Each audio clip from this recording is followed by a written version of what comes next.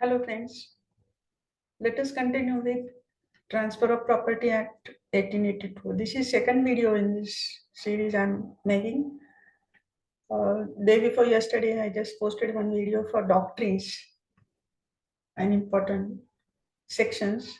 So please go through it. It is in the description.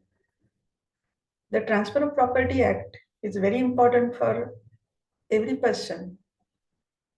गरीब किंवा श्रीमंत सगळ्यांना प्रॉपर्टीमध्ये interest असतो. Whether it is purchasing property, rent, selling, so every time, or the ancestral property for that matter.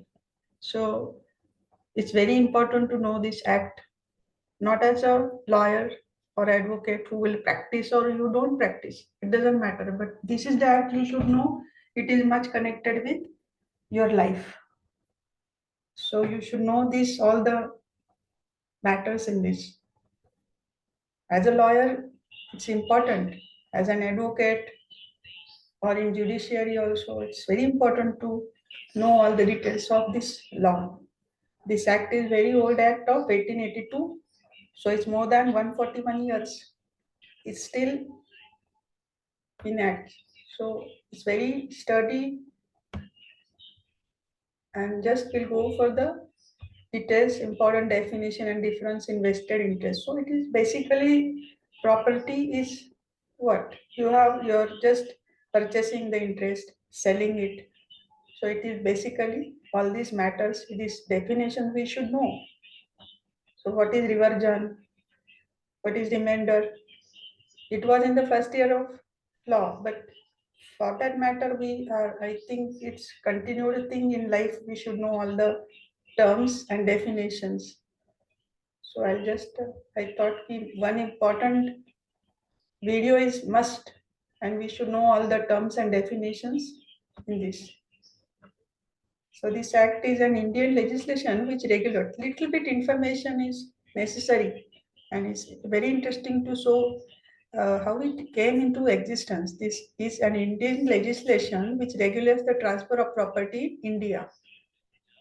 Of course, in 1882, it was the British Raj. At that time, it was enacted. And who introduced it? This is Whitney Stokes. And the date is citation date is Act of 4 of 1882. So why this came into existence? It contains specific provisions regarding what constitutes a transfer and the condition attached to it. It came into force on 1st July 1882. And the act consists of 38 chapters and 137 sections. So I'll continue in this detailing about the chapters and 137 sections and whatever important section we go for it. We should know all these dates also. It's very interesting. Whenever the question comes in any kind of exam, any exams, we don't know the details of the act. We don't know how many chapters are there. We don't know how many sections are there. And if the question comes, we have to see the book.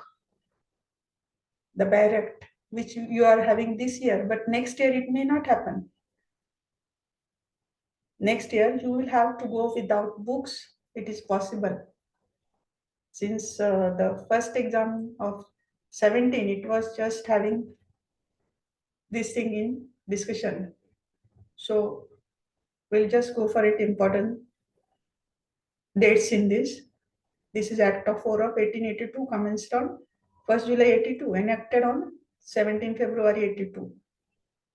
For competitive exam, all these dates are important. And this was introduced by Whitney Stokes, as I said, and extended of Union of India.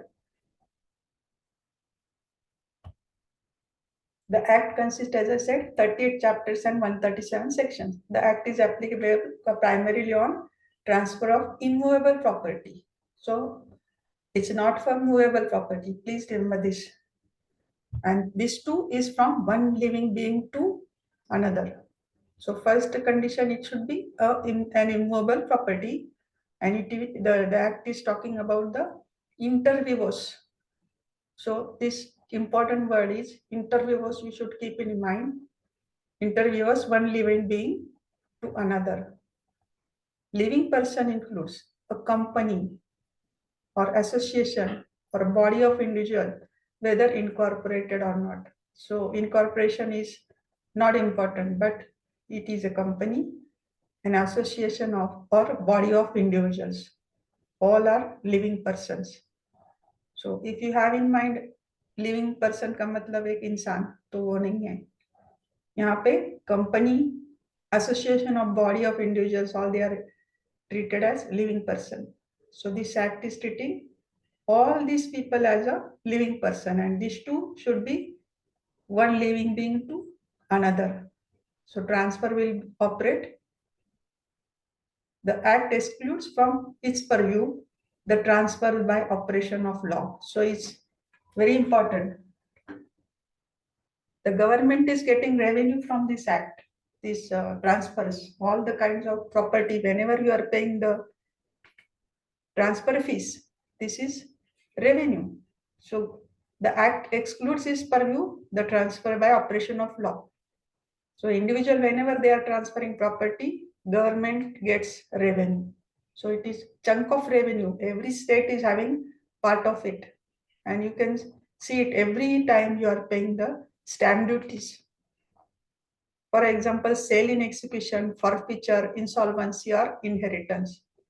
So the act excludes from its purview the transfer by operation of law. These are operations of law: sale in execution, forfeiture, insolvency, or inheritance. So act doesn't talk about all these things. Also, the act is applicable on property transfer by individual as well as by companies. As I said, companies are treated as living persons. We'll go for a 10 minutes slide only, because it will be more than 20 minutes and it goes like that, then it is boring. So we'll just finish 5 or 6 and then stop.